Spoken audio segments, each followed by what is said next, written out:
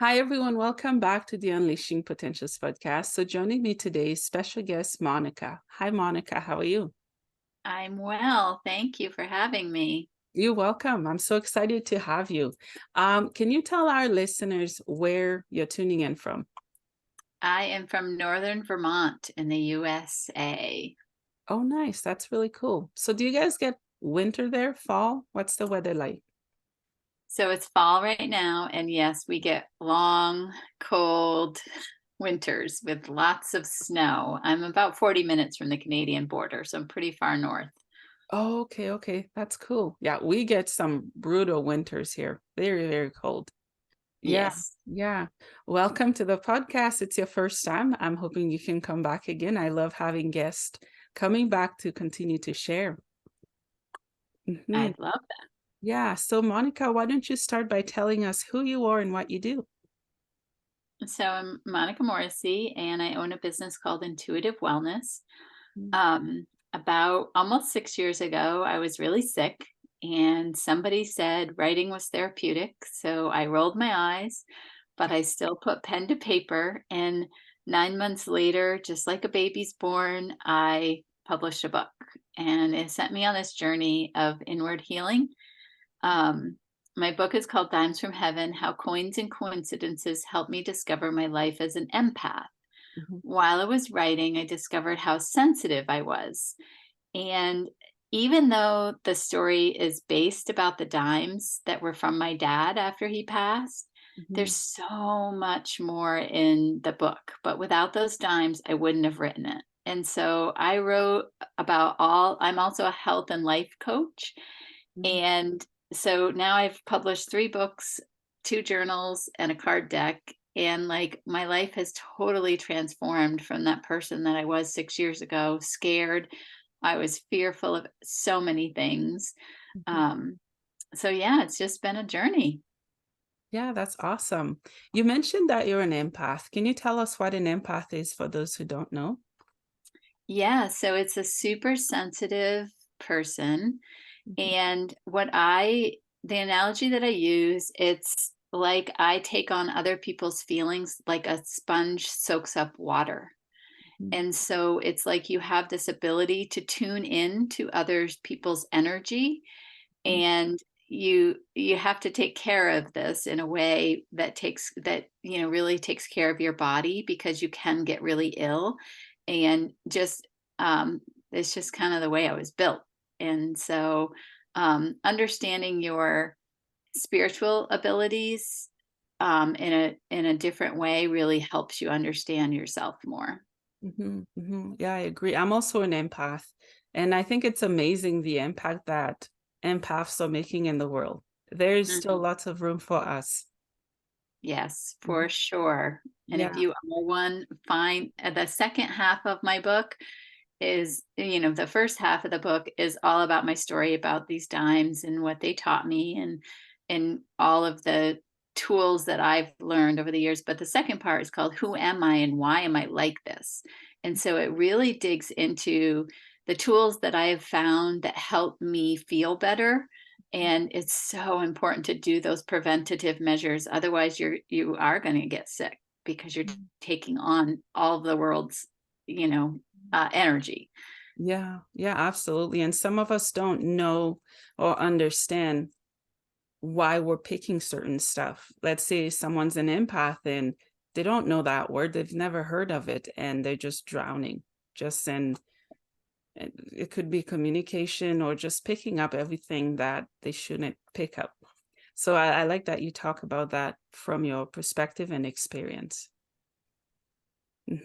Also, you've been a teacher for 30 years. How did you survive? Well, I will say that I teach Reiki now, but I also do Reiki. Almost 30 years ago, I was in extreme pain. I had back surgery, and the pain was unbearable. Mhm, So I started doing Reiki back then. mhm, And honestly, it helped replenish my energy, because being at school definitely drains it just like a battery. mhm, And so Reiki definitely helped me through it. My family obviously helped me through it. I just loved it while I was doing it, but as I started to get more ill, I knew that I needed to change because it was just too demanding on my body. I couldn't do what I did when I was 25. Mm.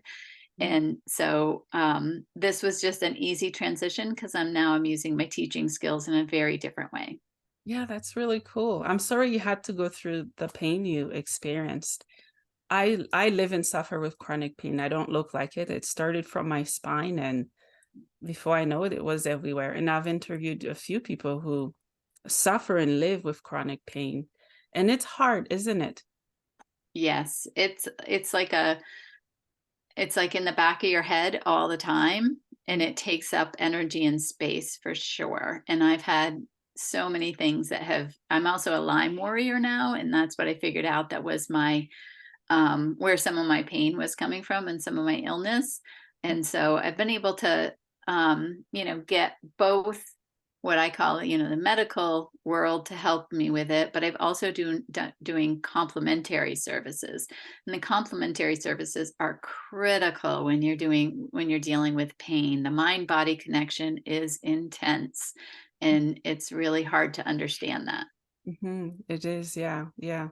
And it's good to go on a spiritual route, I suppose, or it's not specifically about religion, but anything that brings someone peace and fulfillment, try that as well with medical help.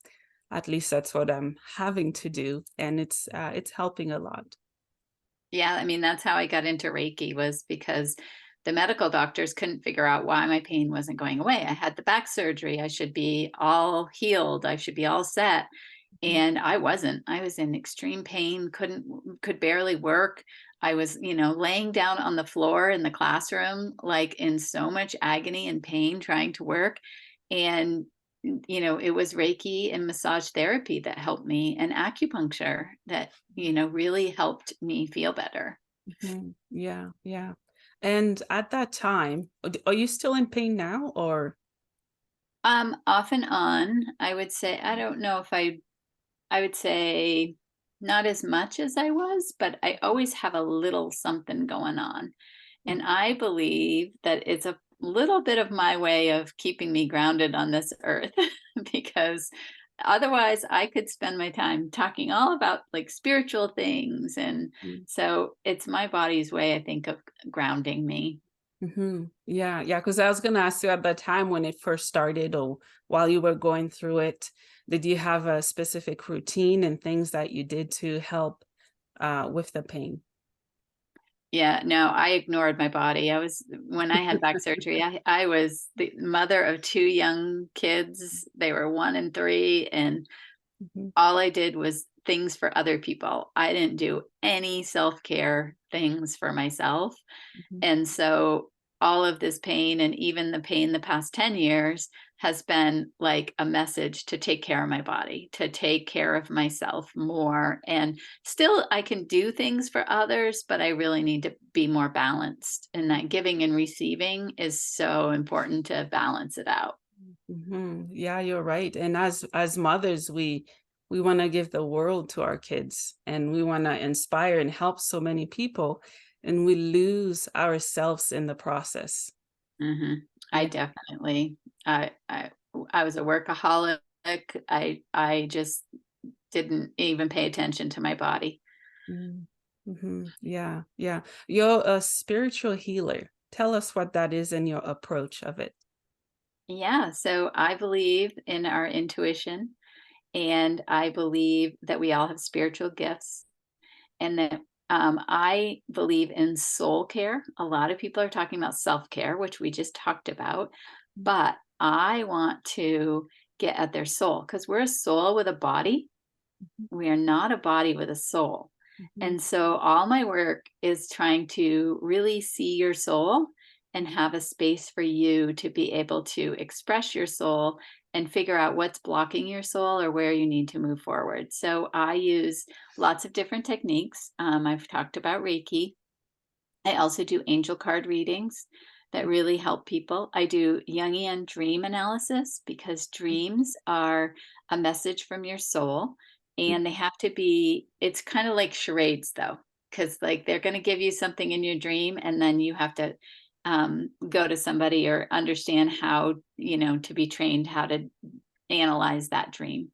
Mhm. And then I do past life work, and I do emotional freedom technique, which is a mind body connection to release old stuck energy and emotions that have been trapped inside your body.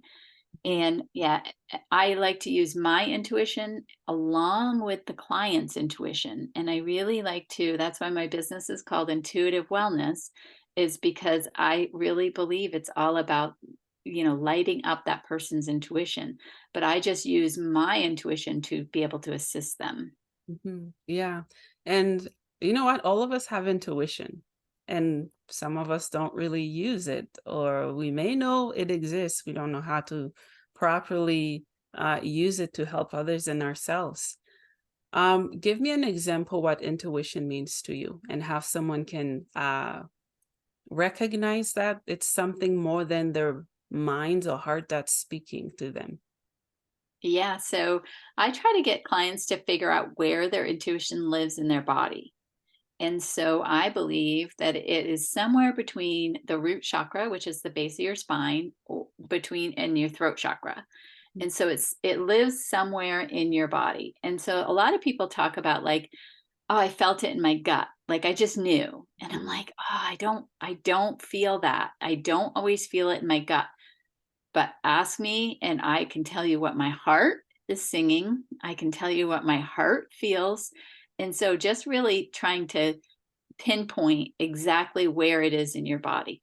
And the way that you do that is to test it. So, a time when you just knew something, like maybe you knew somebody was in a car accident, but you didn't know who it was, or you didn't know what was going on, or maybe, you're trying to make a decision in your business, and all of a sudden you get this hit like, oh, this feels really good. Mhm. Where is that in your body? Mhm. Because it is in your body. And so, like, if my brain is coming up with a business idea, like, oh, this would be really cool, I have to feel it in my body before I would move forward with it. And so it's that feeling. And a lot of us are disconnected because we're so busy. So Mhm. you have to quiet your mind first before you can start to get in touch with that intuition. Because if you've got that squirrel brain going round and round and round, then it's going to be harder to tap into your intuition. Oh yeah, yeah. With my brain, I feel like I've had 20 squirrels because it's so hard with mental health issues, and I know I'm not alone. Maybe someone they're struggling, all right, just to think clearly, let alone quiet the mind. Um, how would you approach it with a client who's struggling to do that? To quiet their mind. Mhm. A couple of different things I would try meditation with them. Most people that I have come to me and say I can't do meditations, and I'm like, okay, well, let's just Mhm. try it. And 15 minutes later they're like, wow, that was so powerful. And so I have this kind of like beginning meditation, and it just really clicks in for people. I had one client who she's like, I have neck pain that has been there forever. And at the end of the meditation, it was gone. It's the first time in years. And so just getting them to get a taste of it Mhm. while holding their hand. Mhm. Because a lot of times we're trying these meditations on these apps and these different things, and our squirrel brains are still going, we just can't slow them down. And so that doesn't feel good. And then people are like, oh, I can't do it. And then they turn away immediately. And I'm like, well, okay. Does a soccer player, the first kick that they make, do they just quit and like, oh, I can't kick the ball? No, they go back and they keep practicing. Mhm. And so just practicing, just for even 2 or 5 minutes, it starts to get easier. Mhm. Um, Yeah. but digging into their thought processes, I love to do neuro linguistic programming with my Ooh, clients. And that so, sounds like, fancy. what's that? It sounds so fancy and cool. Tell me more. Yeah. But it's just all it is understanding the thinking that's going on in your head.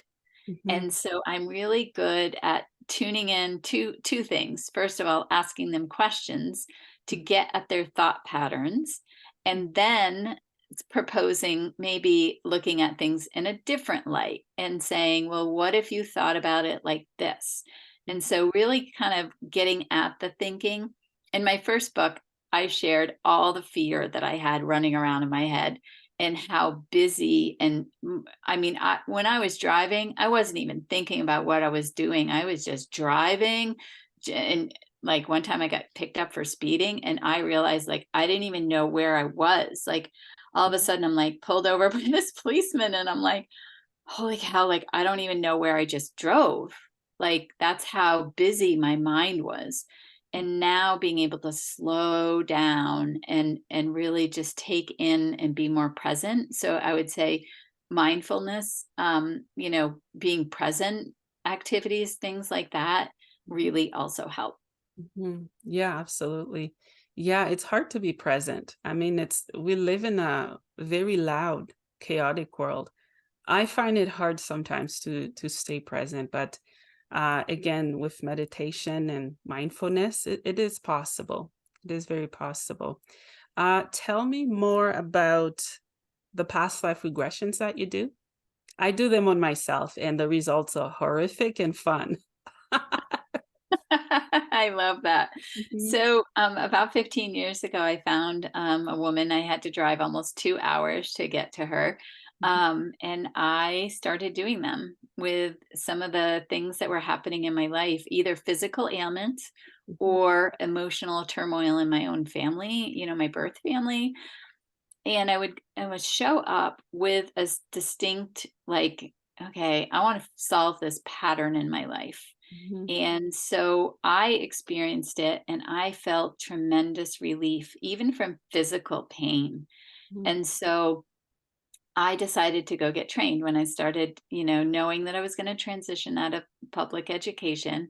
mhm, And what would I want other people to be able to experience? And the woman that I was seeing was retiring. So I was like, oh man, there's nobody around here that does this work. So I find it fascinating that people can go back and see patterns in their lives and get their soul lessons. So that's what I really like to see is like people walking away and like, oh, my soul lesson is X, Y, and Z. Like I need to stop people pleasing, or I mhm, need to be better at boundaries, mhm, or, in a past life, you might see other family members, and those family members might have played a different role in your past life.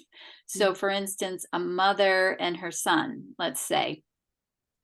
In a past life, though, the roles might have been reversed. mhm. And so that's why the mother and son are like in conflict, because the son wants to still be the mother from the previous life. Yeah. And so once you can see that dynamic change, and then that person can kind of go back and say, okay, I'm not going to be the boss anymore. I'm not going to be I mean, you're still going to be a parent when they're, young, Mhm, but you can look at them differently as wise people and take advice from them and say like, well, you know what, I need your advice. And boom, the relationship changes. mhm, mhm. Yeah, yeah, absolutely. And what can someone do who's interested in past life regressions and they don't know where to start? Do they just do meditations or what do they do? I would find somebody who can do one with you.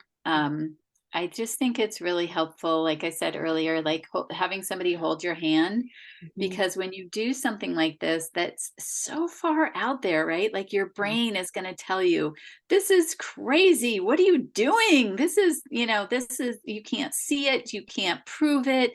mhm, That our brains are constantly looking for proof and evidence, right? Like we search for evidence, our brains are constantly searching. And so this is kind of one of those things that like your brain is going to try to get you to not do it. And so having somebody there that says, no, it's okay, just let go, because your subconscious wants to come forward rather than your conscious brain. mhm. Yeah, I love the adrenaline rush of past life regressions. I do them before sleep because that's the only time I find that my mind and ego is aside.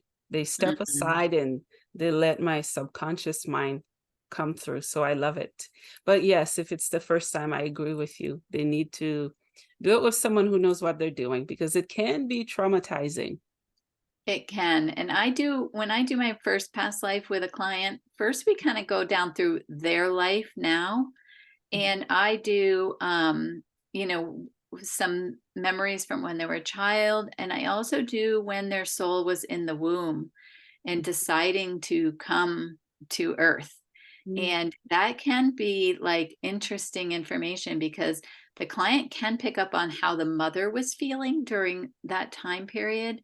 mm, And to me, that's fascinating. And it also kind of shares, like, your soul made that choice to come to earth right now. mhm. And so, like, understanding, were you scared? Were you excited to come to earth? Most people that I've done past life work with are a little nervous about coming to earth.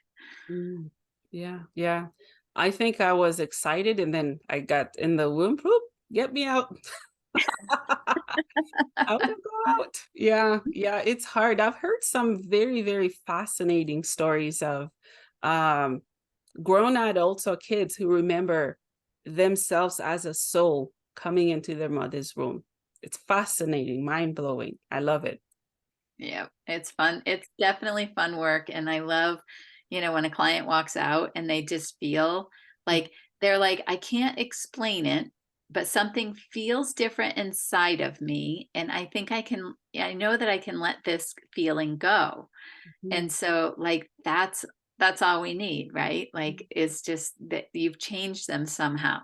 Mhm. Yeah, yeah, that's true. I love that. Can you tell me more about your book, Dimes from Heaven? I love that title, by the way. So cool. Thanks. Yeah. So my mom passed away on New Year's Eve in 2014/2015. Mhm. And I started taking care of my dad because he was not well. They were okay together, but he was not well. And during that time period, we did lots of projects, and he was declining, and we knew it wouldn't be long for him to. Um, and one of the projects was he had this coin collection. So this is the dime that he gave to me from his coin collection, and it's a Oh, Liberty head dime. wow. That's so cool. And it means freedom of thought. So I really like that, I'm free to think what I want. Mhm. So anyway, a couple weeks after he passed, I climbed this mountain that I always climbed, and we had a family camp on the lake below the mountain. And so I hiked this mountain, and I didn't know what I was going to do when I got up there because I always called my dad when I got there. Always. Like, I Mhm. always called him and said, "Hey, Dad, I'll be down for coffee." We had 24/7 care, so the caregiver was there. And I told him that there was a spirit communication system, and it worked. And when he transitioned, is what I like to call it, to spirit form, that he could call me and I could call him. And it was going to be amazing. And we could do it anytime we wanted. And I said, it's like a telephone system. He couldn't talk. He had had a stroke by then, Mhm. but I whispered into his ear and I know he heard me. So 2 weeks after, I get to that spot and about to sit on the rock. And right there in the dirt is a dime. And I was just like, holy cow, this is from my dad. Yeah. And it wasn't that dime that caused me to write the book. It was 2 years later that this other dime, I'm not going to give away the ending to the book, but Yeah. it was just a crazy thing. And even my husband was like, okay, okay, I believe you. And so it sent me on this journey. So I actually put pen to paper and rolled my eyes, and somebody said writing was therapeutic. And I said, this isn't going to heal me. This can't heal me. Writing, doesn't, I need a pill, right? Like, I need a pill to cure me. Mhm. And I thought I was just writing like a 10-page story about these cool dimes. Mhm. And 9 months later, here we go. And I really dove into being vulnerable and sharing, some of my story, because at the time I was an administrator at school, some schools. Mhm. I was an administrator of 7 schools, and here I am writing about a spiritual journey. Mhm. And that was a little scary for me. Um, so while I was writing, I discovered I was an empath. And so I add that into the book. And so there's so many health and wellness tips in there. And, we talked about the brain earlier, and like my brain was worrying about the past or worrying about the future. It was never like in the moment. Mm, And even if I was trying to be in the moment, I was too worried about the next moment. mm, And so like there's all these like little nuggets in there. And a lot of my work is based on Brene Brown's work, and showing our vulnerability and how much I had been through to get to where I was. So a lot of people looked at me and here I have a 30-year career in education, and like, but I went through a lot to get here. And mm, so that was the first journey. And when I put pen to paper, the synchronicities were crazy. I got more dimes, I got more messages. It was just, and I kept track of them all because they were so wild. mhm, And that's my second book. And my second book is called More Dimes from Heaven, A Journey to Self-Publishing. And it gives the tools. It follows my journey to be a writer, and it digs into topics like consciousness and subconscious and ego and mindfulness and things like that. mm, But it also gives the reader, like, if you want to write your book, mhm. then you could read this, and it's like a little handbook. Wow. Yeah, that's really cool. I love that. Let's talk about synchronicities. Oh, I'm so excited I said that right. I struggle with some big words. Um, what is synchronicity for someone who doesn't know what it is, and how can they keep an eye out for those little signs? Yeah. So sometimes you can create your own synchronicity by putting a thought and then having it happen, right? Mhm, But my dad explained it to me one time before he passed. He said, we were sitting outside on the deck at camp, and he said, I just don't get how it works. He says, it feels like somebody's like turning the knobs, like controlling this, because all of a sudden I'll have this thought about somebody, mhm, and then they drive by, and I'm like, what? Wait a minute. How did that happen? Like, which happened first, right? Was the person kind of coming close and I knew intuitively that they would be coming? Or did I have the thought and then, all of a sudden it's showing me that here they are? So mhm, my dime on the mountain to me was a synchronicity, and mhm, it was showing me that spirit was here with me. mhm, mhm, But there's lots of different ways to get synchronicities, but it's kind of that aha moment that kind of like freaks you out a little bit, because like, how did that just happen? mhm. Um, yeah. Yeah. So I don't know if you have more to add to that. Oh, you're right. I agree. For me, it's like a fun game, with spirits and then being here. Um, because I have a little angel Bible, which I'm reading. I didn't know much about angels, but I keep finding feathers everywhere I go, even in my house, inside the house. And there has been no birds, no one collected it. It's just mind blowing. Everywhere I go, on the ground, leaves, feathers. Yeah, it's So very cool. my third book is filled with them. So Mhm, after I wrote my first two books, I had readers interacting with me and saying, "Oh, I loved your first two books. And I'm glad that you get dimes from your dad, but mhm, how do I do this?" mhm, And so feathers for me is definitely a sign from spirit, and it's up to you to, tune into your intuition and figure out who that is that's trying to get your attention. mhm, Um, but my third book, Once Upon a Dime, Heaven is talking to us. Do you know how to listen?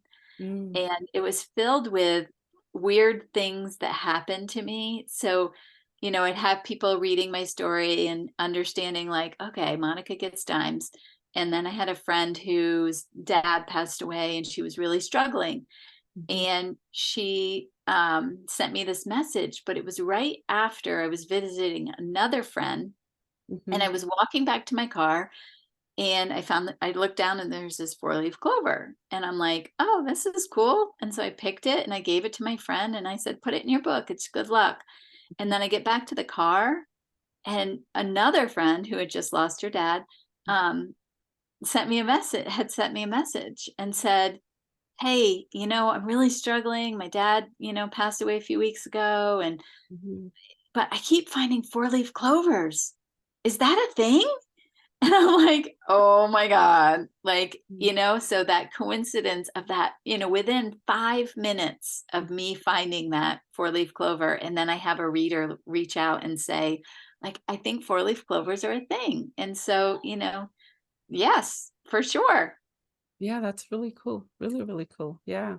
And I love how they use the 3D world, the materialistic world, just to communicate.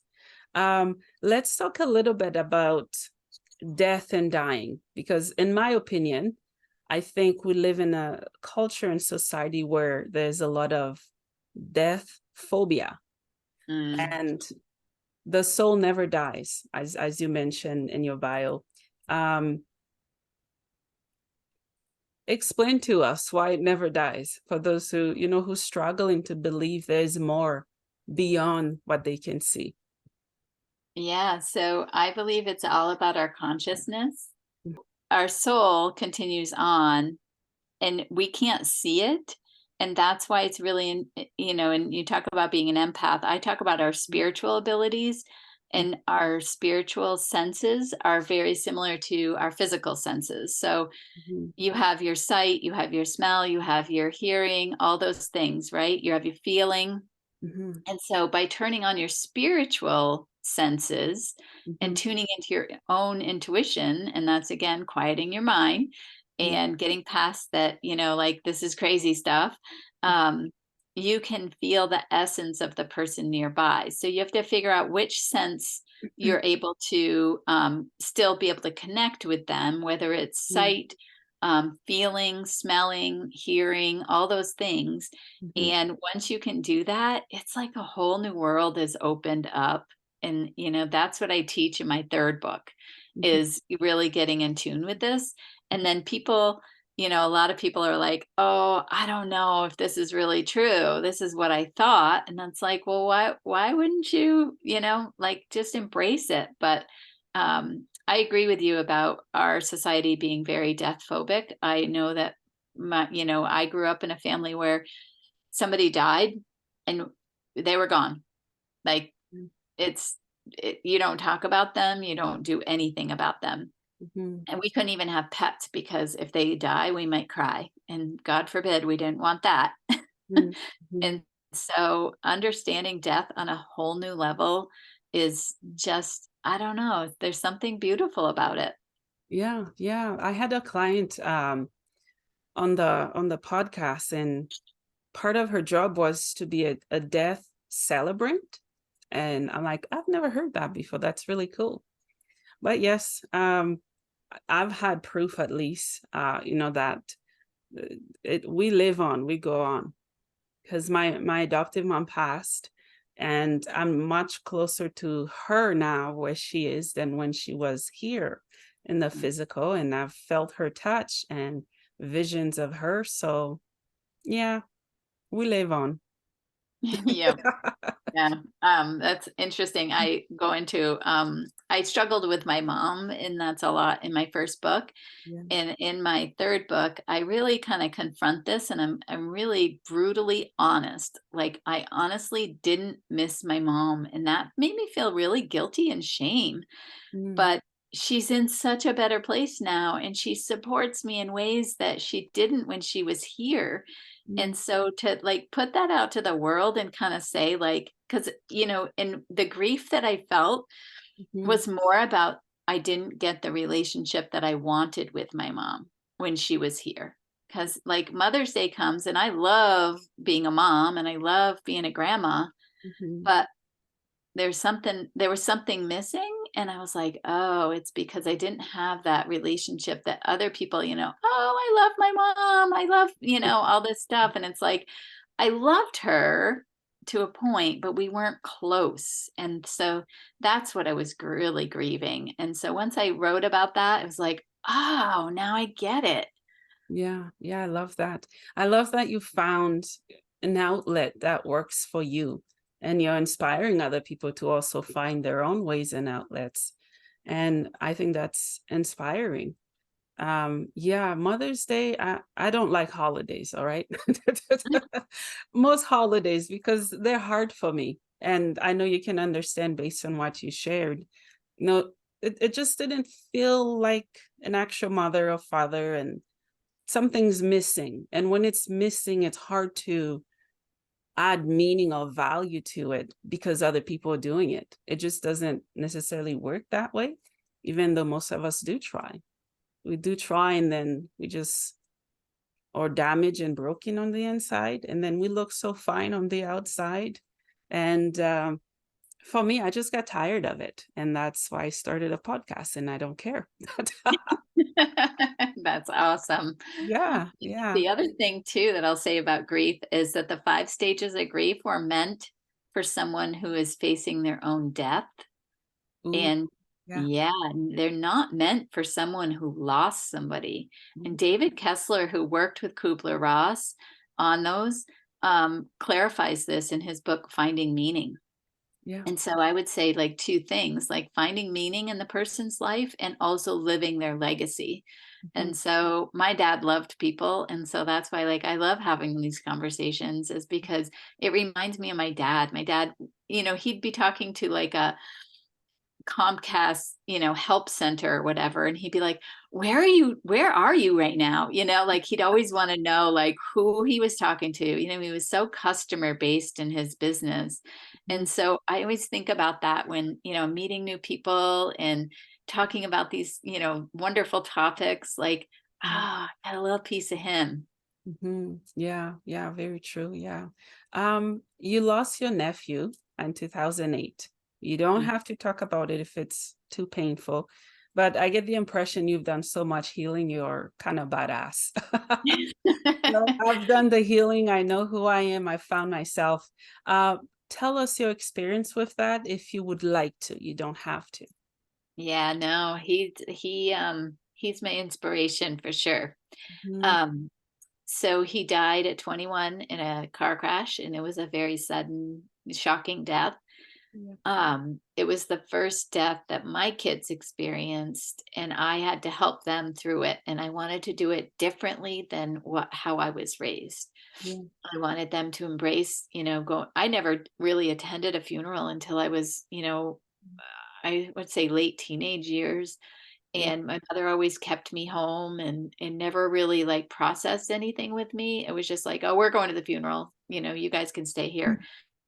So when Tyler died, it just sent me on this journey, and it was actually a colleague that I worked with she sent me this email asking me these questions about a meeting we had coming up. And I was at that point in Tennessee. We flew to Tennessee because that's where he was from.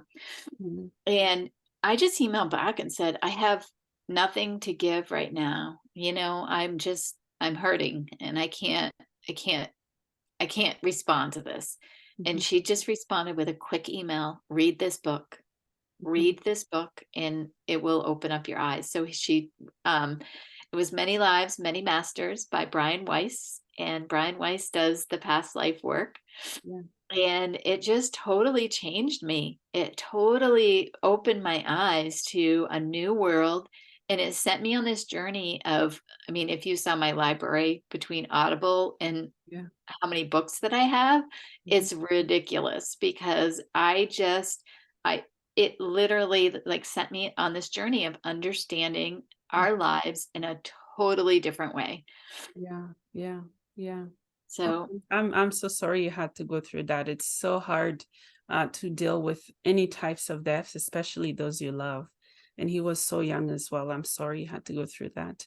And I've heard of that book. It's really good. I need to buy it because I keep hearing it. That's how my spirit guides, they really mess with me all the time. I keep hearing it or seeing it, and that means I need it. yeah, Brian's story is amazing.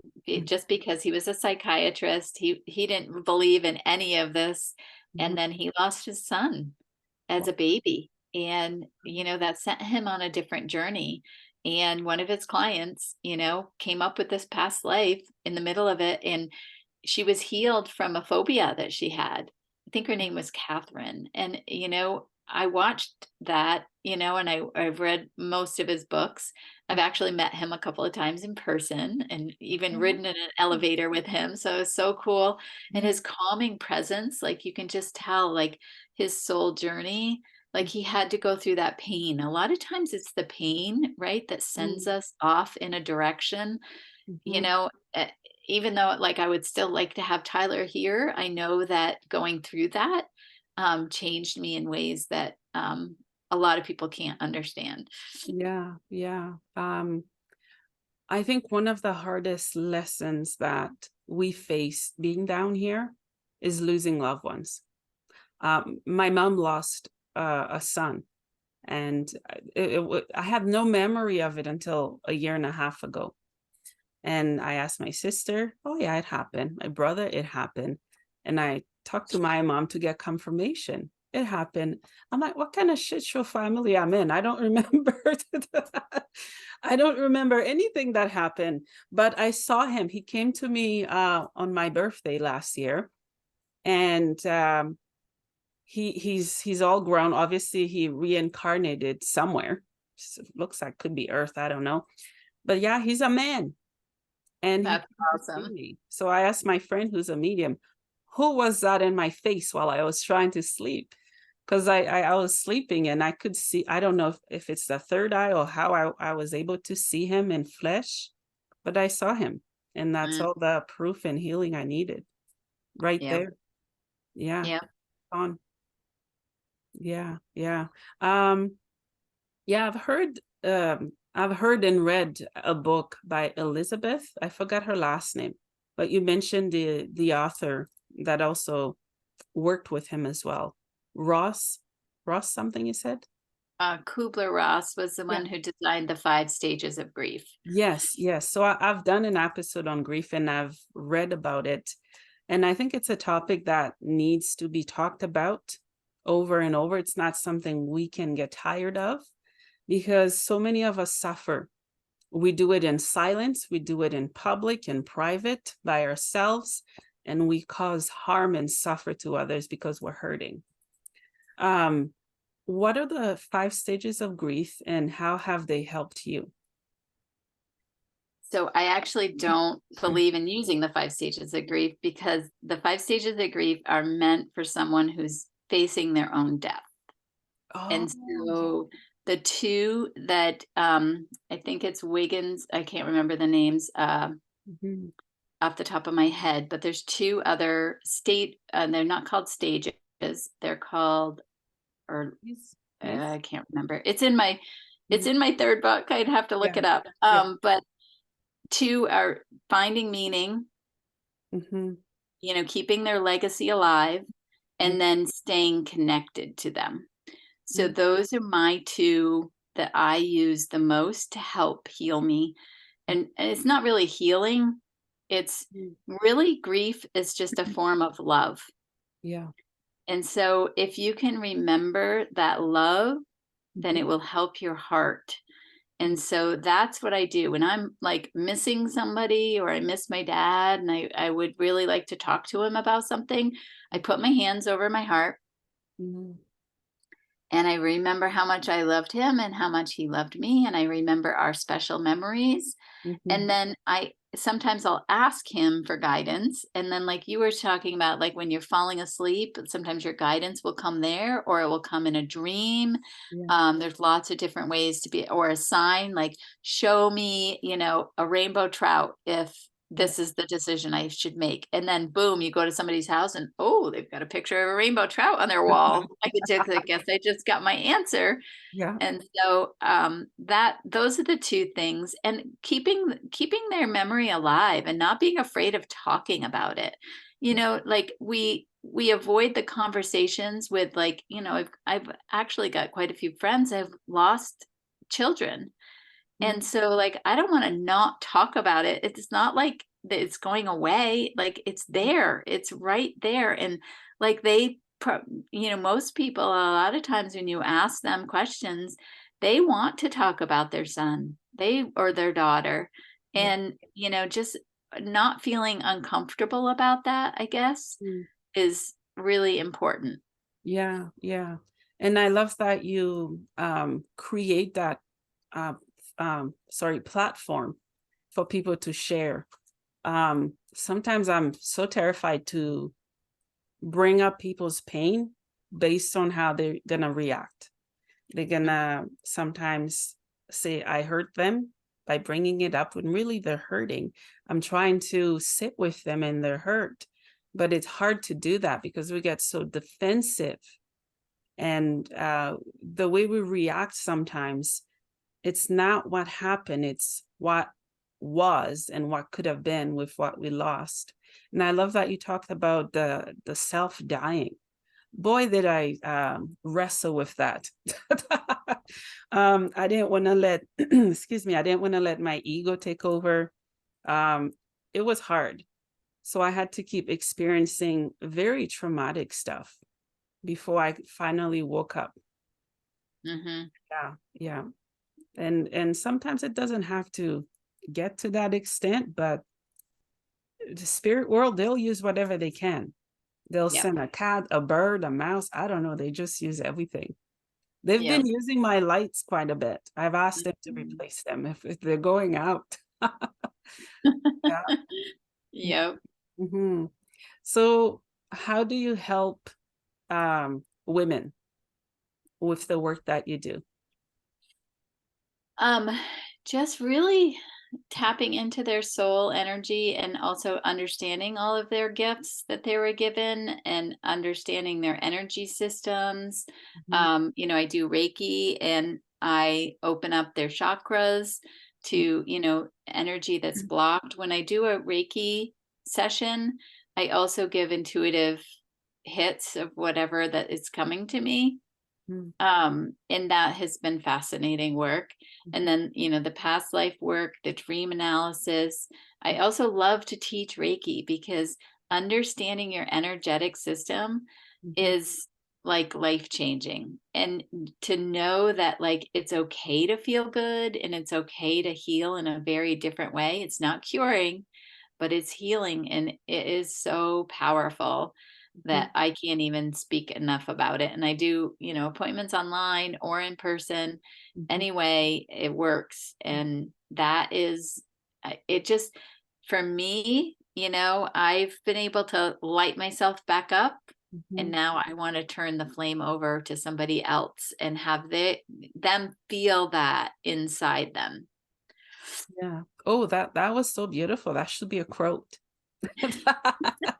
That was so beautiful. Thank you for sharing. So, what is Reiki? Is it energy healing?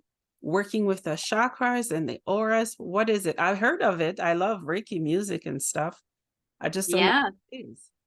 Yeah, so it's just a way of what's called, it's a Japanese technique. It came from Japan in 1922. Ushi is the person who he went up on a mountain in Japan and um did a fasting, I think for 30 days or something, and came back with this Reiki energy. And it's, for thousands of years we've been laying on hands, and that's what it does is you lay your hands on someone and the Reiki energy flows through you and you shut off your ego. So it's not about your ego. It's not about like, oh, I'm Monica and I'm so powerful. It's no, the Reiki energy is powerful. And so it's just flowing through the practitioner Mhm. to the other person. And so you mentioned three things. You mentioned chakra.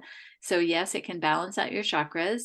It can also, I teach aura cleansing in my Reiki classes, and Mhm.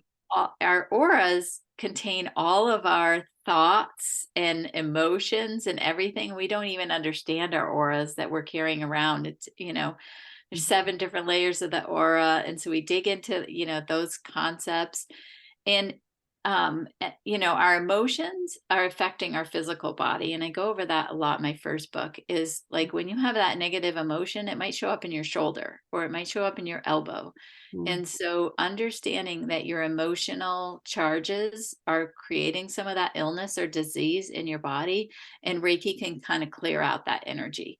Mhm. and kind of reset your battery. So when your battery's feeling really drained and then you have a Reiki session, it literally feels like you've been recharged and your energy is so clear.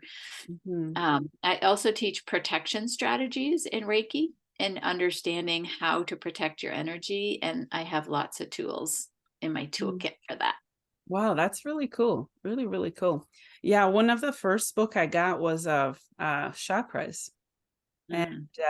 excuse me, it's still fascinating, I find. And then the auric field and all of it. Um, and I also learned that there can be holes in the aura. How do we get holes there and how do we patch it up? So, um, sometimes we get like when life punches us in the gut, Mhm, which it does. It's so bad. or you, yeah, or you have, something happened to you that wasn't very kind or nice, right? Like, and, when you think back to school time, like Mhm, your soul is constantly kind of being pelted by this peer pressure and all these things are happening. And so you might get a hole in your aura. You might get also, stabbed in the back. And so I've literally in a Reiki session removed like swords from people's backs because it's literally the energy is like stuck in there. And then you pull it out metaphorically and energetically.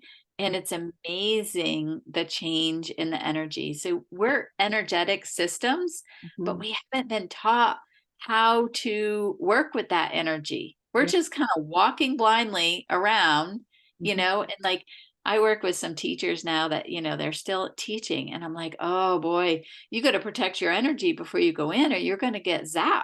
You're going to get your energy going to be depleted. So let's protect your energy first and foremost. And then you can go do the work that lights you up. Mhm, But we have not been taught how to work with this system energetically, and Reiki does it. And mm, I also add so much to my Reiki classes that is not necessarily part of Reiki, but it's all the spiritual work that I've learned over the years. And mhm, so yeah, it's unending how to really connect to our spiritual self. mhm. Wow, thank you so much for explaining what it is and what it does. Very powerful that it can do that.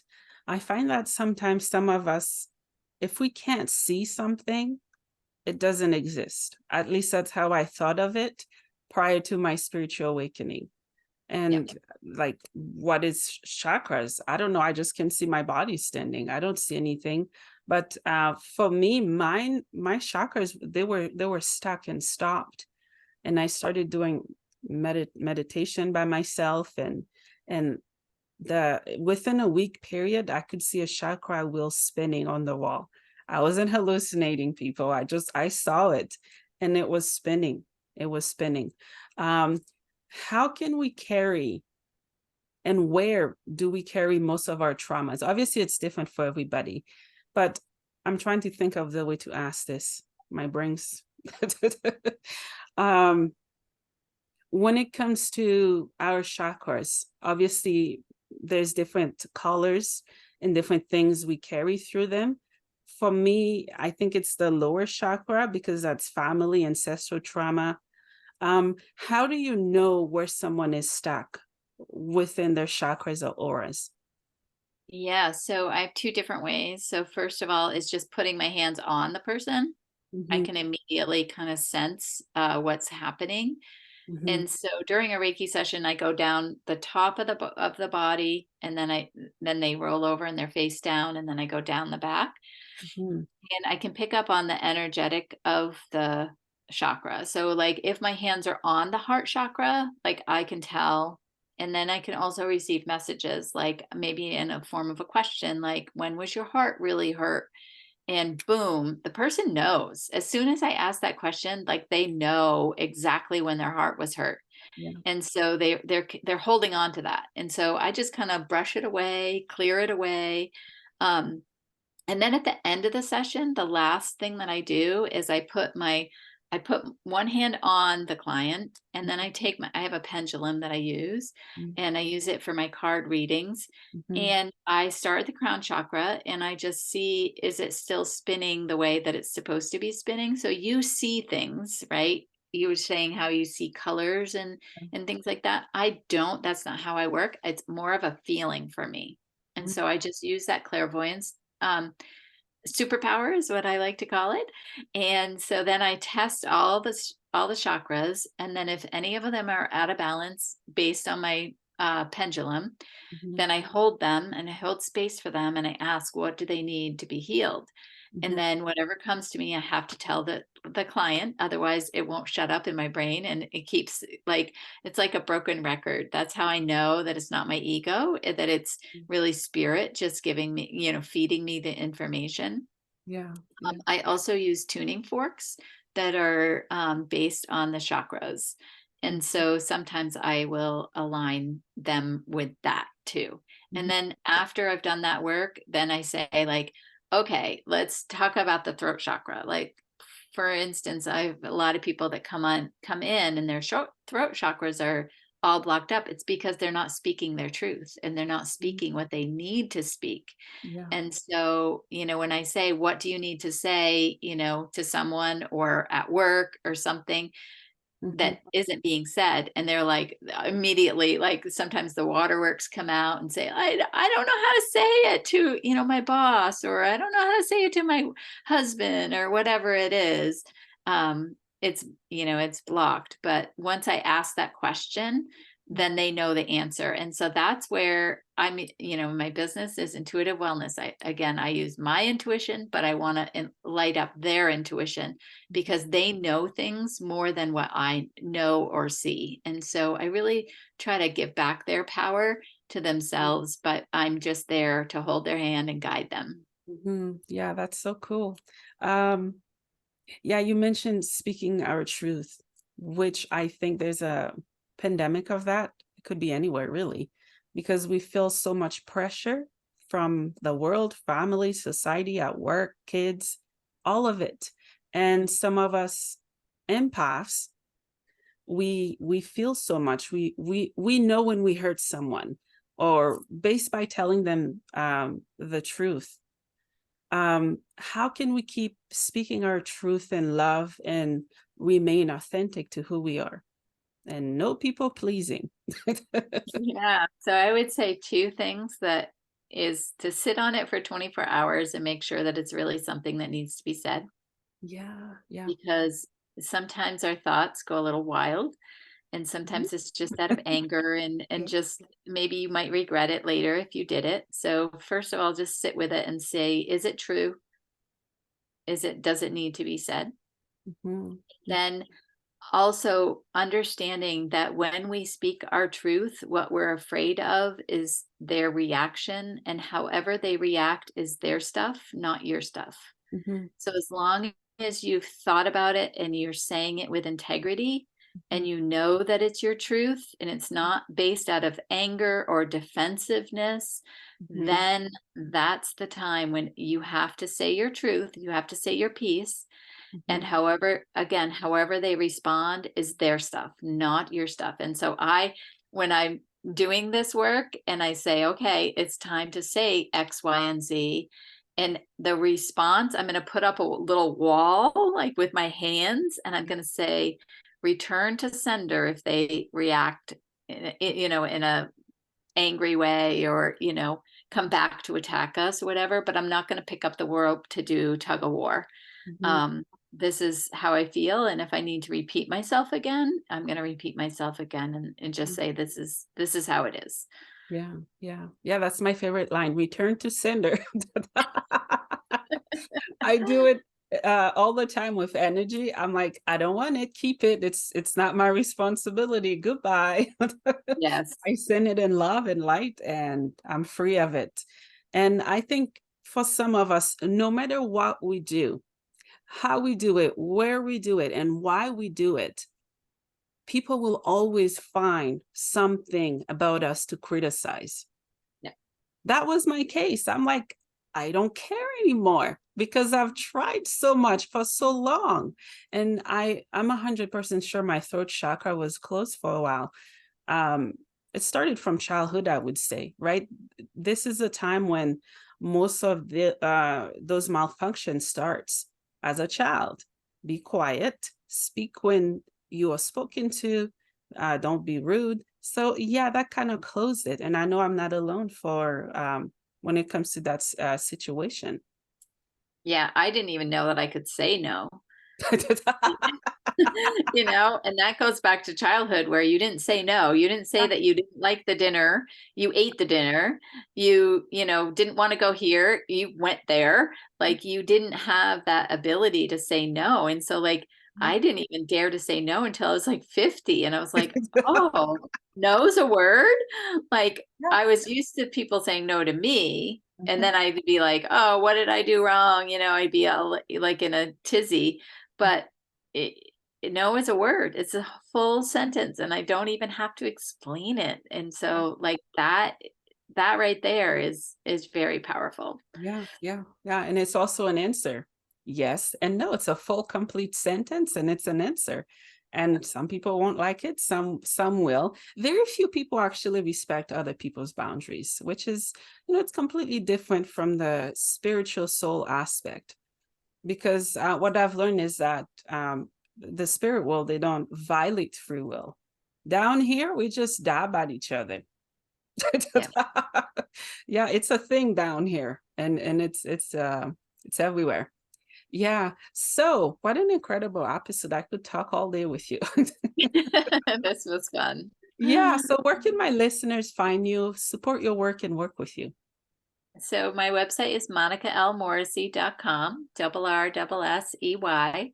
Mm, And I'm most active on social media in Facebook. So my group is called Dimes from Heaven, and that's where most everything is there. I have a vlog on my website, and you can make appointments online, mhm, Reiki classes with me. You can do basically anything through my website. mhm. And you also work remotely, meaning could be over Zoom or video.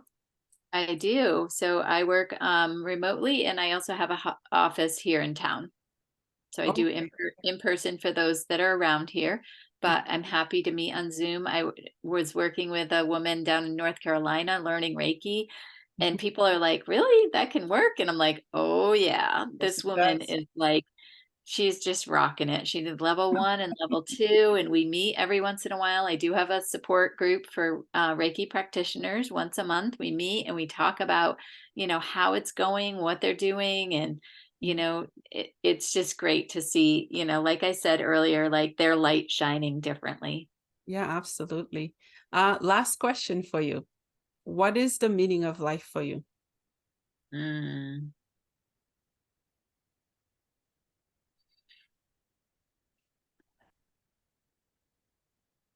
All questions today have been like instant answers, and this one I just That want to. one does pack a punch. You're not alone. I've had some guests. I'm like, it's all right. Just sit with it, right? There's no rush. Right. Mm, Um, I think that the meaning of life is love, mm, and that the more that we can love and mhm, not fear, mhm, and not let that fear drive us, and turn to love more, even mhm, when somebody isn't giving love, mhm, because I feel like hurt people. And so when I turn to love, I'm seeing their soul in a different way. mhm, mhm. So Yeah, I love that. See, there's no right or wrong answer. It always come back to love and how you feel it. So I'm so excited that we had this opportunity to talk. I want to thank you for all you do. And thank you for parting with me on the podcast. I love those kind of topics. So thank you so much. thank you for having me. Mhm. You're welcome.